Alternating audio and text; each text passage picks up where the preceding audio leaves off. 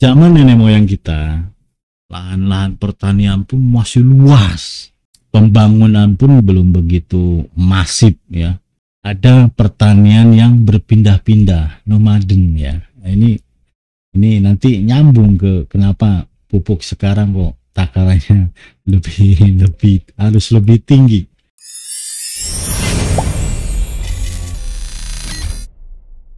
Selamat jumpa lagi dengan saya di acara Curhat Tani.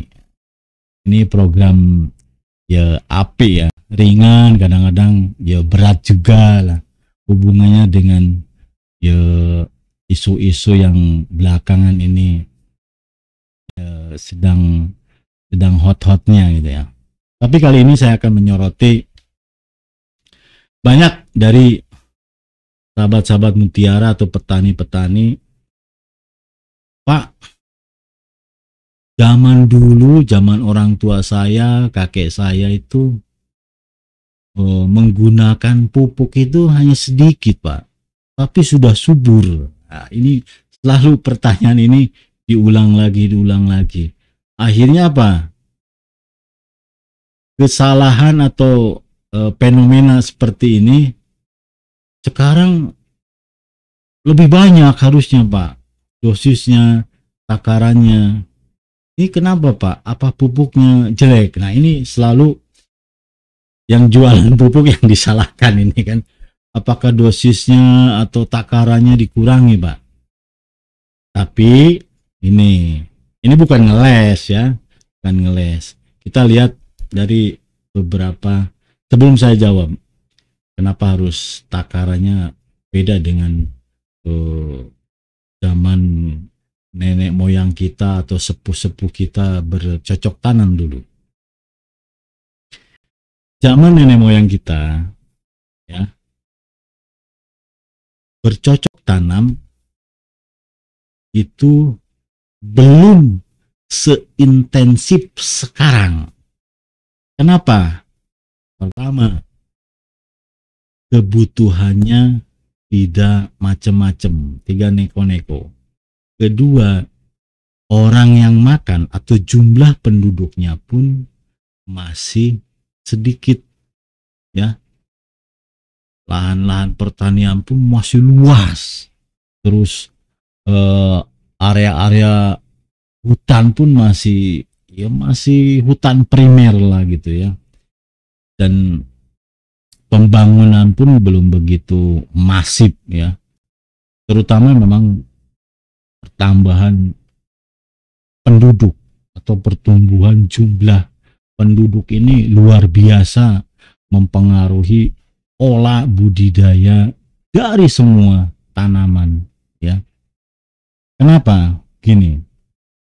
Di zaman nenek moyang kita ada pertanian yang berpindah-pindah, nomaden ya. Nah, ini nanti nyambung ke kenapa pupuk sekarang kok takarannya harus lebih tinggi.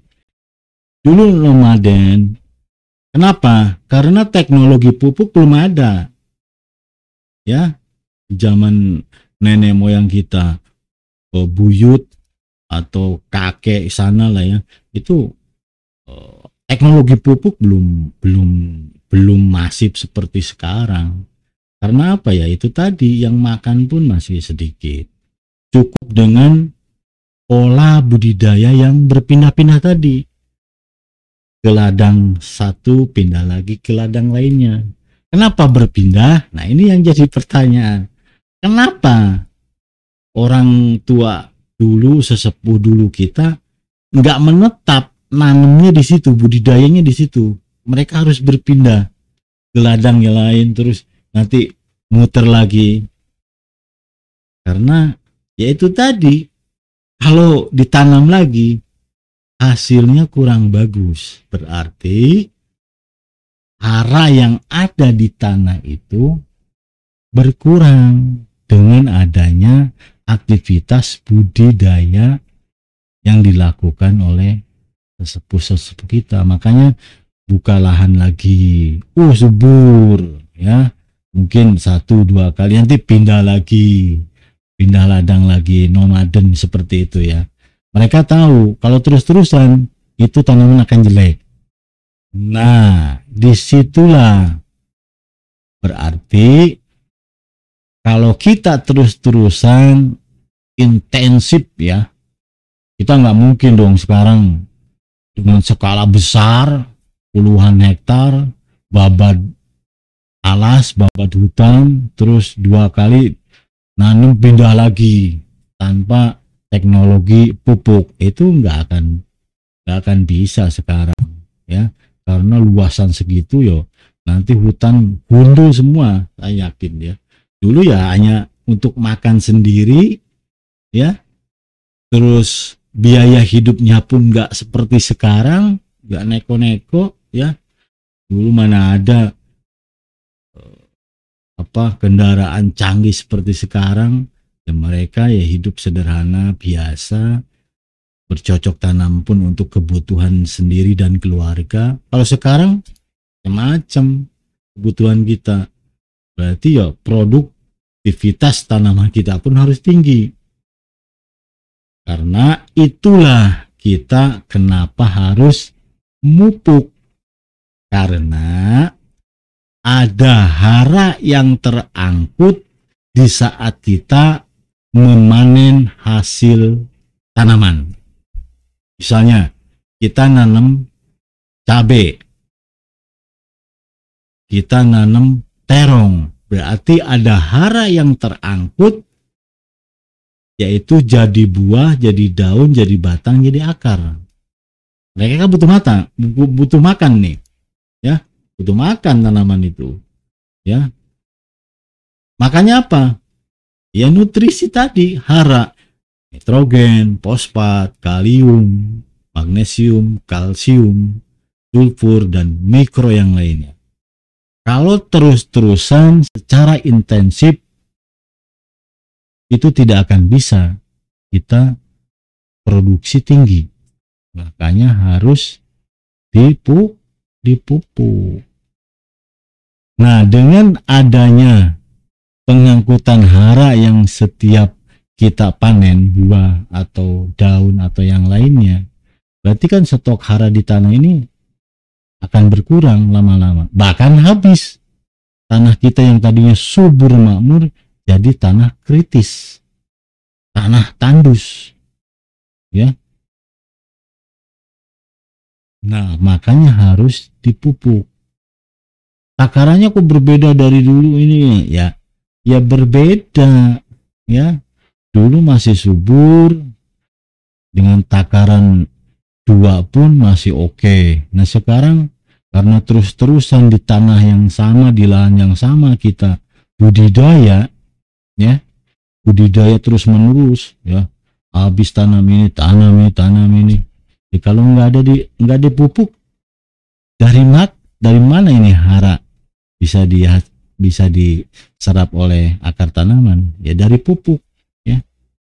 Belum tanah kalau diolah di ini akan kesuburannya atau bahan organiknya pasti berkurang, ya. Makanya harus diberikan bahan organik dan pupuk supaya apa? Mengembalikan lagi hara-hara yang terangkut di saat kita panen, ya. Jadi kita ATM lah, tabungan banyak tapi ngambil terus, nabung kagak. Nah ini yang jadi masalah, ya. Lama-lama walaupun ATM-nya segunung, habis kalau tidak pernah menabung lagi. Sama hakikatnya memanen buah itu adalah memanen hara-hara yang ada di dalam tanah. Nah, makanya brosur pemupukan kita itu kita sudah pikirkan ke sana. Minimal kita menggantikan hara di saat panen itu. Syukur-syukur kita bisa mengembalikan lebih banyak daripada yang diangkut pas panen. Biar apa? Biar kesuburannya terjaga. Tanah kita akan tetap bisa ditanami dengan baik, dengan produksi tinggi. Jadi begitu ya, kenapa harus dipupuk? karena ada hara yang hilang di saat kita memanen hasil tanaman. Bukan pupuknya yang takarannya dikurangi, kandungannya apa, ya, nggak seperti itu, ya. Kita nggak berani, ya. Jadi makanya jangan salah sangka dulu.